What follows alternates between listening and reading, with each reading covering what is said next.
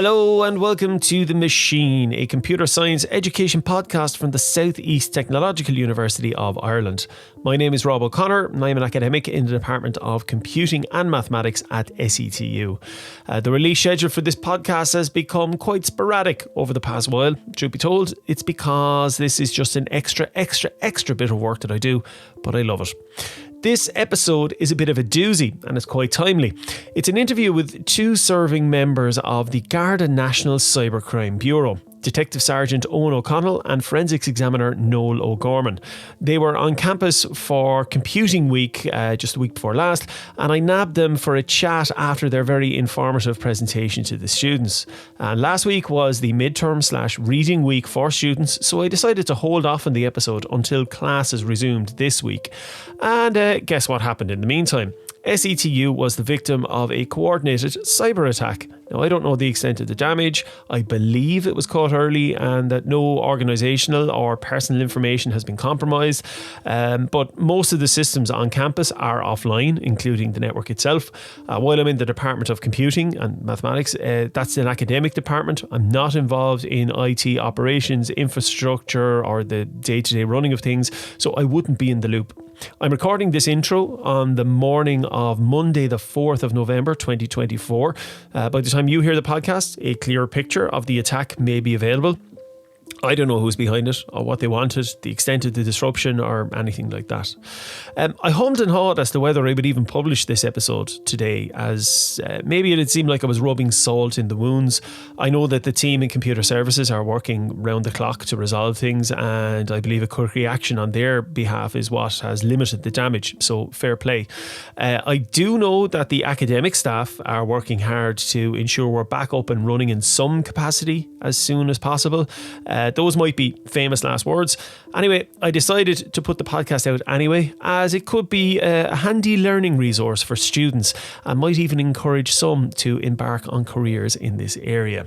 It's also quite timely. Now, back to the podcast. Eoin and Noel talked about the work that the National Cybercrime Bureau do, the kind of attacks that they regularly see, how individuals and organisations can protect themselves, and lots of other things besides. I'm also going to add a trigger warning here. The guards talk about online sexual abuse and child pornography in the podcast, which are obviously very difficult subjects. They don't go into any graphic details, but you may need to make a personal choice as to whether you listen any further. So, without any further preamble, let's get into it and meet some members of the Garda National Cybercrime Bureau. My name is Eoin O'Connell and I am a Detective Sergeant in charge of the Wexford hub of the Garda National Cybercrime Bureau. My name is Noel O'Gorman. I'm a Detective Garda based in the Wexford hub of the Garda National Cybercrime Bureau. What is the National Cybercrime Bureau? So the Garda National Cybercrime Bureau is the national portfolio holder for cyber-dependent crimes. So those crimes and investigations that rely solely on IT to commit, as opposed to cyber-enabled crimes, which would be your normal offence that might have some digital element involved, but are not solely dependent on IT. We have responsibility for investigating those offences and assisting our colleagues in the front line in investigating those offences. So would an example of that be a phishing scam to get bank account details? Would that come under your remit, or would that be something that you'd work in conjunction with your colleagues elsewhere? If something like a phishing scam, the actual offence of phishing would be investigated by our Economic Crime Bureau or frontline investigators. Yes. Maybe a phishing enterprise. So the criminal enterprise would come under our remit. We primarily would investigate the serious ransomware attacks or denial of service attacks. Yeah. And then our other role then would be to examine all equipment seized as part of other investigations. So even the way I phrased that there, it must be very difficult to find the lines a lot of the time. I mean, the world doesn't live in discrete little boxes, so you're nodding there, so I'm assuming I'm somewhere right. Yeah, and I think it's one of the reasons why our organisation works so well and why the Bureau works so well is because we can be flexible with these investigations, that there is an element, many different facets of every investigation. We don't get precious over someone else coming in to assist, and neither do they if they're looking for our expertise. Yeah. So how did the two of you end up in the role that you're in? So you're both guards who specialise in cybercrime. Am I correct about that? Yeah, so from my own point of view, I joined on Garda Síochána in 2004. Okay. Waterford was actually my first station, and I spent a number of years here in Waterford and in the southeast in different task forces and crime units. And I was promoted in 2019, and then subsequent to that, the opportunity came up for a sergeant's position in the cybercrime hub. I had a background in computer forensics. I had a master's done in computer forensics and cybercrime investigations. Okay. And I would have always had an interest outside of the job in computers. So I applied for the role when it came up, and I was successful in it. And I was brought into the Bureau in 2022. Okay. And it's a relatively new bureau. I think it's 7 years old, is it?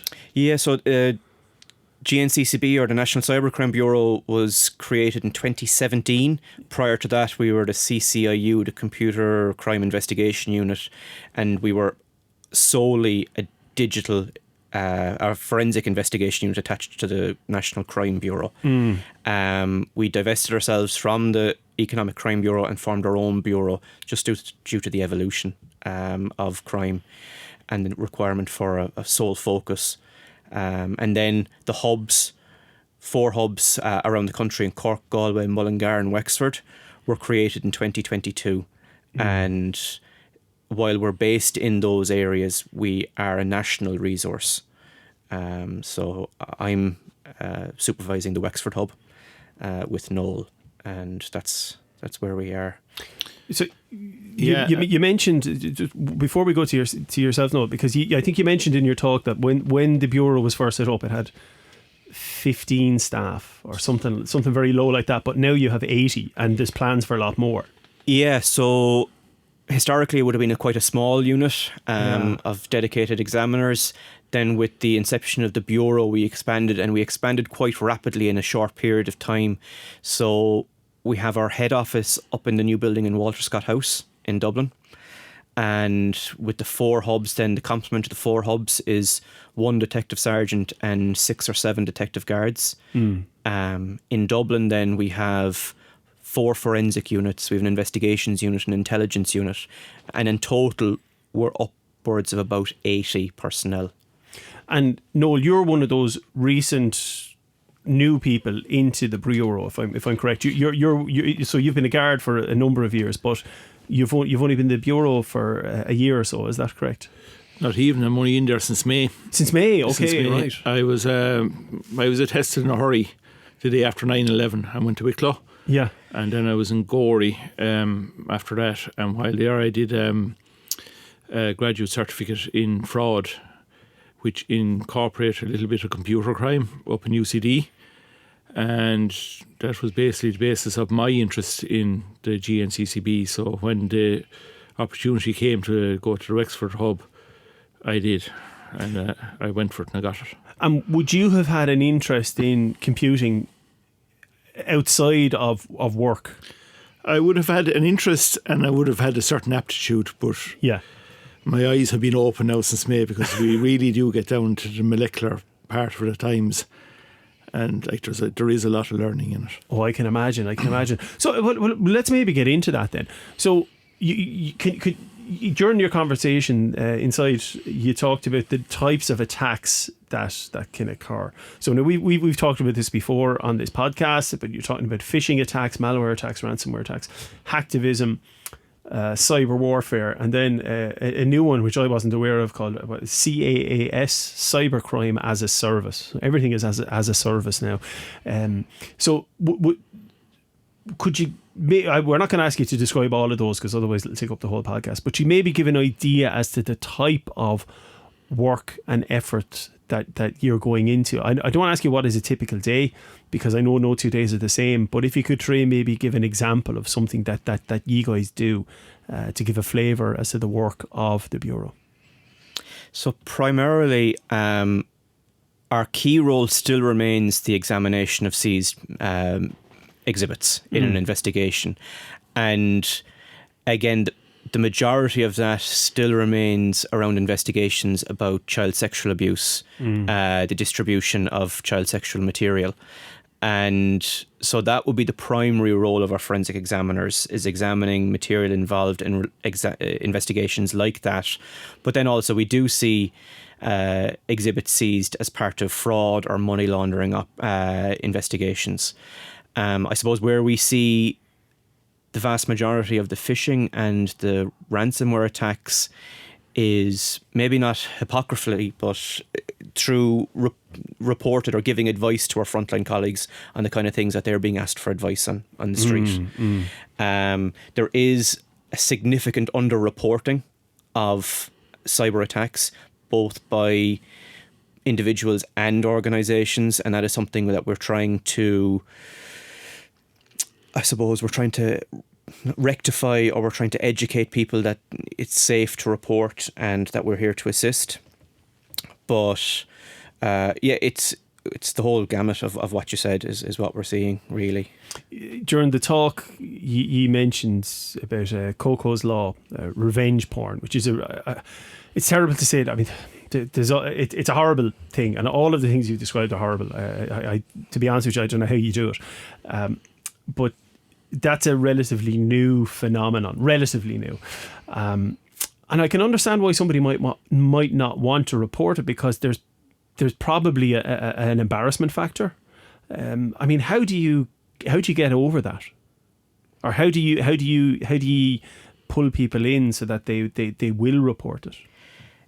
It's difficult. So one of the key components that we've been trying to is stakeholder and community engagement, is making people aware of the avenues that can be taken to report it, breaking down barriers or misinformation to help people make that initial report, to make them aware that we're very much a victim-led organisation. We understand and we can provide support, and there are support structures in place for victims, because we've seen and we continue to see the horrendous impact that these offences have on people, whether it be sextortion, whether it be revenge porn, whether it be coercive control, anything like that. You only have to look at in the news recently, victims who have spoken out after their trial and given an account of what has happened to them, and it's through the likes of the bravery of those victims,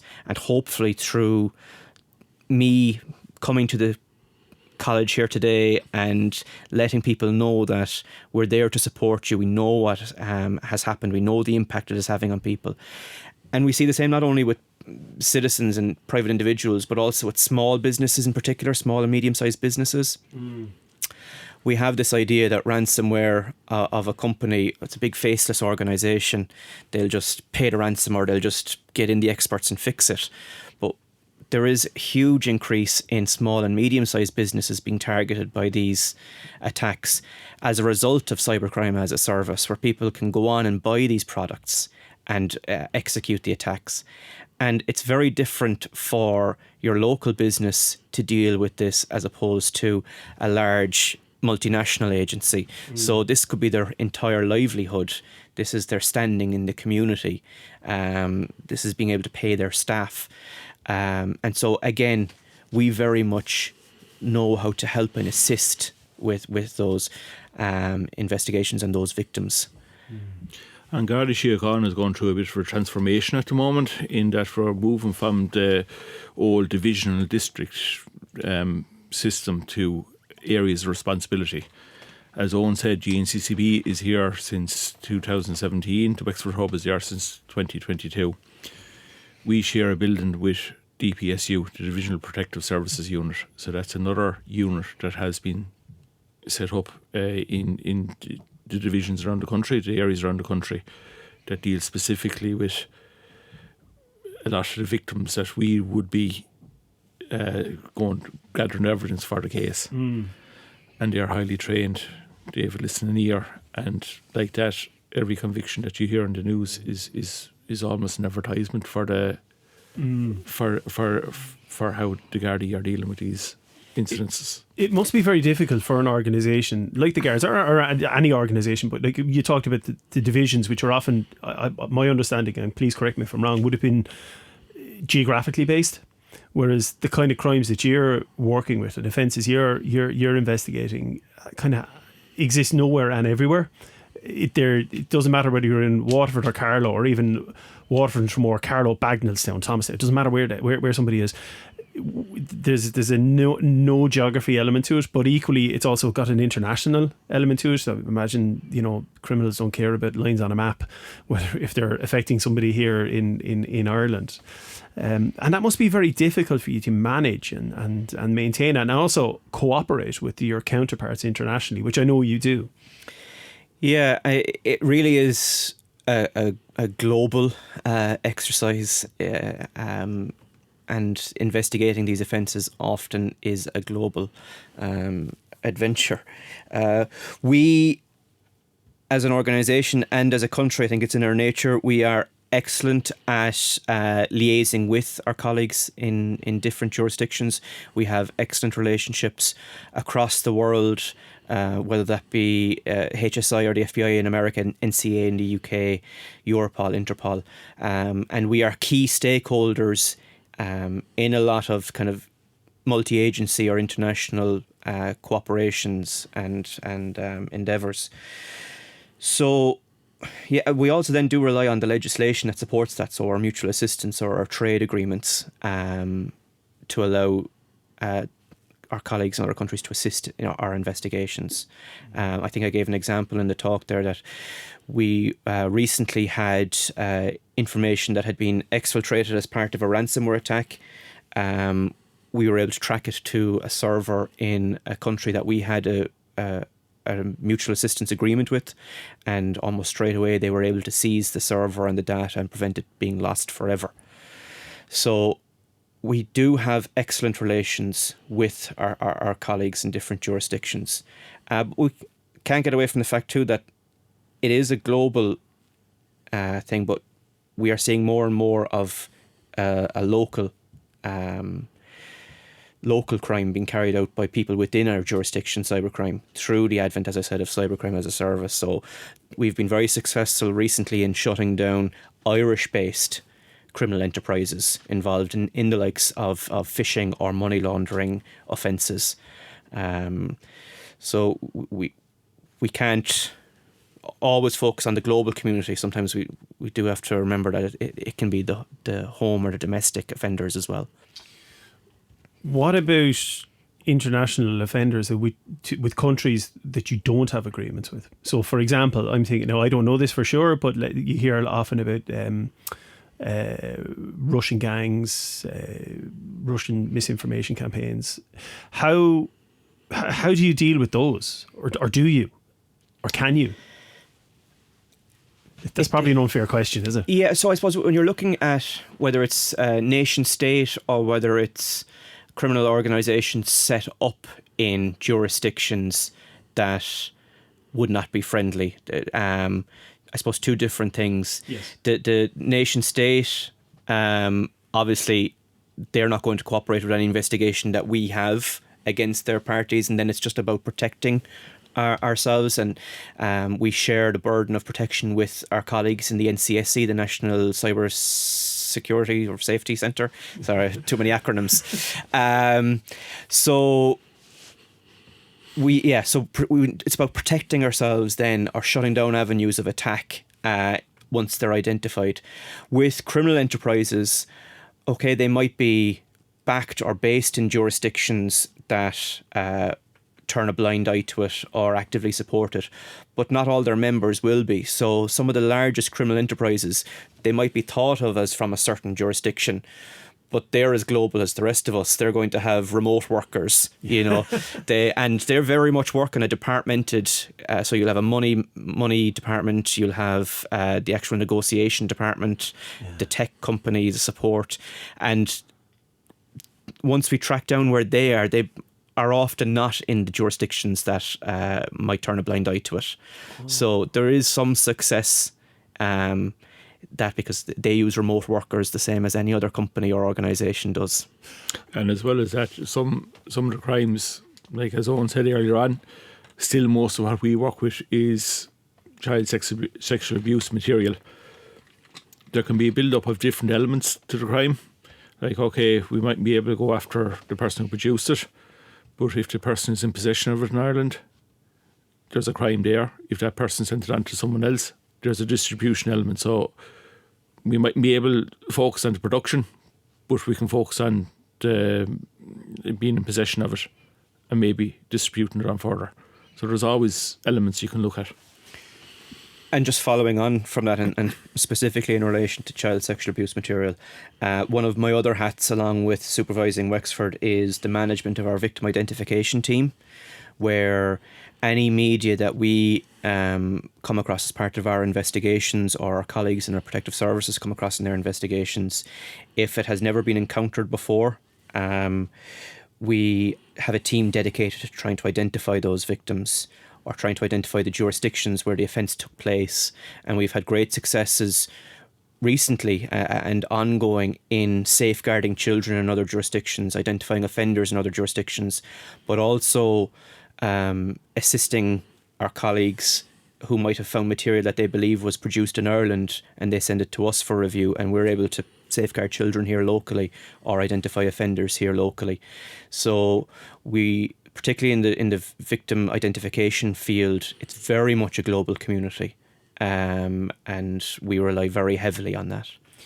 I mean, look, I know you're both professionals, and I can understand that there must be a certain element of satisfaction when you're able to catch somebody at that kind of stuff, because I find it very hard to even talk about it, to be honest with you, because it just kind of makes me sick. But so I can understand you as professionals and getting professional satisfaction from catching some of these people, but then there must be a human element to it as well. I mean, it must be very difficult for you to be looking at this stuff. And I don't mean that in to be investigating this stuff. It must like weigh on you as a person. I mean, I don't know if you want to talk about that, but it must be an element of your work. I suppose Noel can speak differently as kind of a forensic examiner who might be seeing it more the front line. While I do forensic examinations and I do cases myself, my primary role as a supervisor is ensuring the welfare of the staff. Yeah. And our bureau is lucky insofar as that we have mandatory psychological support services in place. We have specified welfare and support structures. And yes, it is difficult and it's not for everyone. But what I have found, and in my experience, is the people who get involved in this are really dedicated. And if they can get to a child being identified and safeguarded, that's the best feeling in the world. If people need a break and need to take a step back from it, those structures are available to them. We share these welfare and support structures with our colleagues in protective services and the forensic collision investigators. Some of the people who are kind of more often than not exposed to extreme content do have these structures in place at an organisational level. But yeah, it's not for everyone, and sometimes people need a break or need to take a step back from it. Our chief superintendent actually described it well in a recent Garda podcast, Chief Superintendent Barry Walsh. And the people in the bureau were of the mindset were kind of puzzle fixers. Like, we go in, we see the picture, we categorise the picture as being, or the video, whatever, the material, as being of a certain category. And then we're in looking to see, right, where did you get it from? Where did you store it? Was it an encrypted folder? Was it locked? Did you just send it on? So we're kind of, we see the picture, but then we're working on the puzzle behind it to get a fuller picture of the offence. I mean, it must be very. Are you able to kind of make yourself kind of objective? Do you know, like, you have an objectivity in it? I mean, you're human, but also you're professional. I know I'm labouring the point. Yeah. But are you able to flick a switch or something like that? I'm only in it since May, so Okay. I haven't been exposed to as much as other people have. Would like to say that's my mindset I approach it with. Yeah. Right, yeah, that's category 1, that's category 2, that's category 4, that's category whatever. And then I go digging into the logs of the rest of the computer of what we downloaded. That's the way I look at it. I see it, categorise it, park it, and go looking at the information behind it. Yeah. So, okay, to change kind of tack slightly, because that as far as I'm concerned, that's very dark. That's just, I think, as dark as we've ever got in this podcast. How have attacks and crimes evolved cybercrimes evolved during your professional career? Now, I know, okay, you're obviously in the bureau longer, so Eoin, you're in longer than Noel, but even Noel, throughout your time as a guard, how have these kind of crimes evolved over that time? I would say roughly 20-year period. I'd imagine it's significant. It was explained to me one time that going back, even when I joined the Guards back in the early 2000s, if you wanted to get a bag full of money, you had to jump over the counter of a bank. Yeah. Now you don't. All you need to do is go onto the internet, buy a service, and wait for it. You know, so it's in that way it has evolved so much. It's evolved with technology. Like I said to you earlier on, I was in Waterford IT. Well, actually, I came to Waterford Regional Technical College in '96. And like there was a couple of computers with AOL, so you know, so that's where it's come from. That's where I was just before I joined the Guards. Yeah. So the thing of fraud was when I joined the Guards, like the whole idea of fraud was so far down the list of what you'll be dealing with. Yeah. Now it's front and centre, like and everything, like from we discussed earlier on, from Coco's Law to phishing, vishing. Like I said in the speech, I'm investigating an investment fraud. This is money mules, isn't it? Well, money mules will be part of it. The accounts were being used to cash out. But like it's so can I ask you, because I'm stupid about this and I want to be sure about it, because I suppose I'm mindful as well. Somebody could be listening to this who's a young person who might be a ripe target for this. A money mule is somebody. Let's say I'm a nefarious person. Let's say I'm a drug dealer, right? And I have dirty bank accounts. I can't. Guys know about my bank accounts. I want to clean some of that money or launder some of that money. I send it to Joe and Josephine Soap over there, who are 18, have just gotten their first bank account as they've started college, and I say to them, I'll give you 100 quid, and all I want you to do is I want to put some money into your account and then take it out 2 weeks later. Is that kind of what that act is, or is that a gross simplification? Or sometimes people give over their card and their PIN number. Okay, right, and there's €1,000 going into it. I'll take out 800. The rest of it's for you.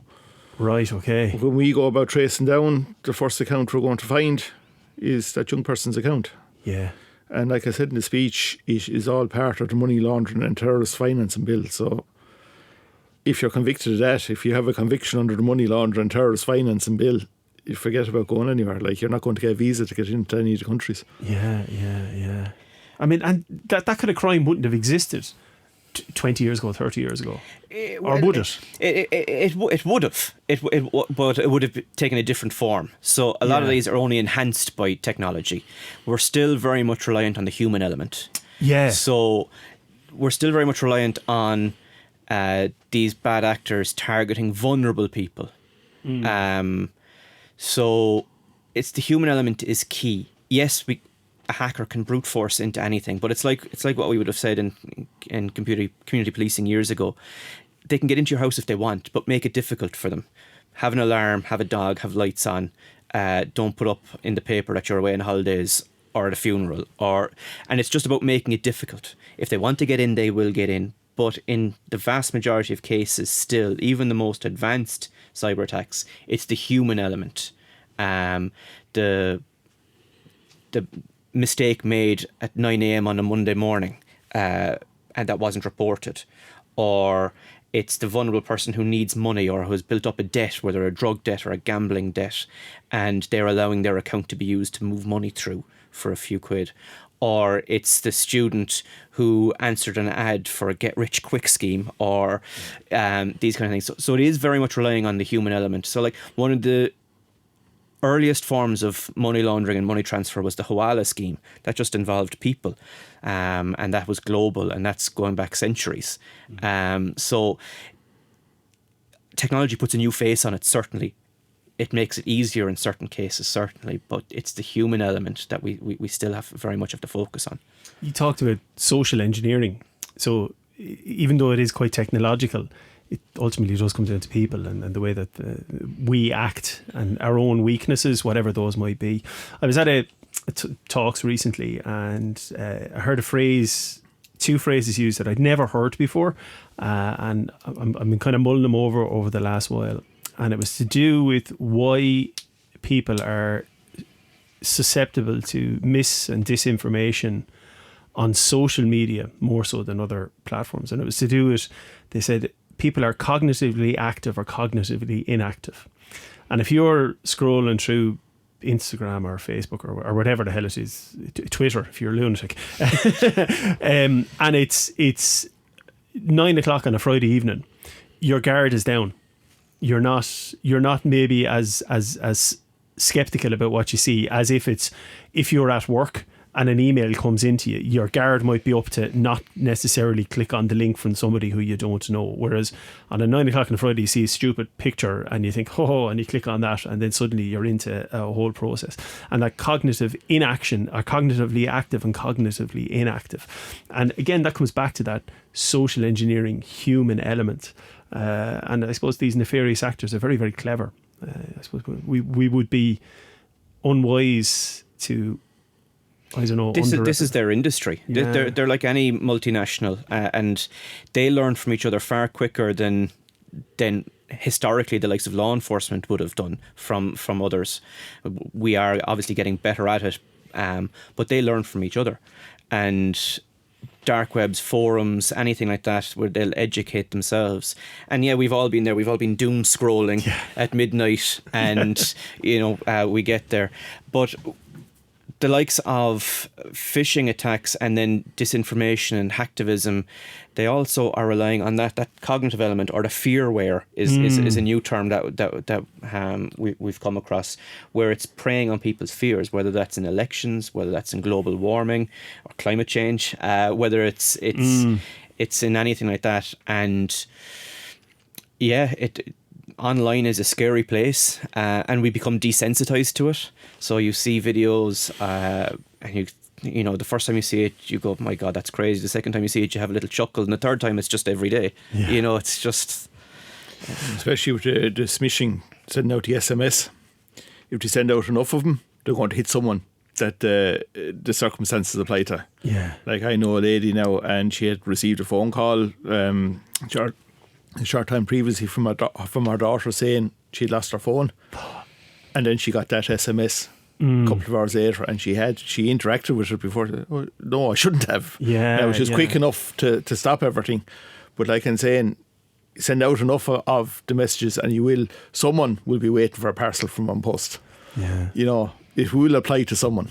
Yeah, the Nigerian print seems quaint today. Like, you know, I know it's obviously just much more sophisticated. Yeah. So you're now seeing there was a spate of scams went around earlier this year in relation to it being a letter from the Commissioner of Garda saying that they were under investigation for possession of child abuse material, or unfortunately, as the legislation calls it, child pornography. Yeah. And to contact this number for an update. And that incredibly believable and sophisticated.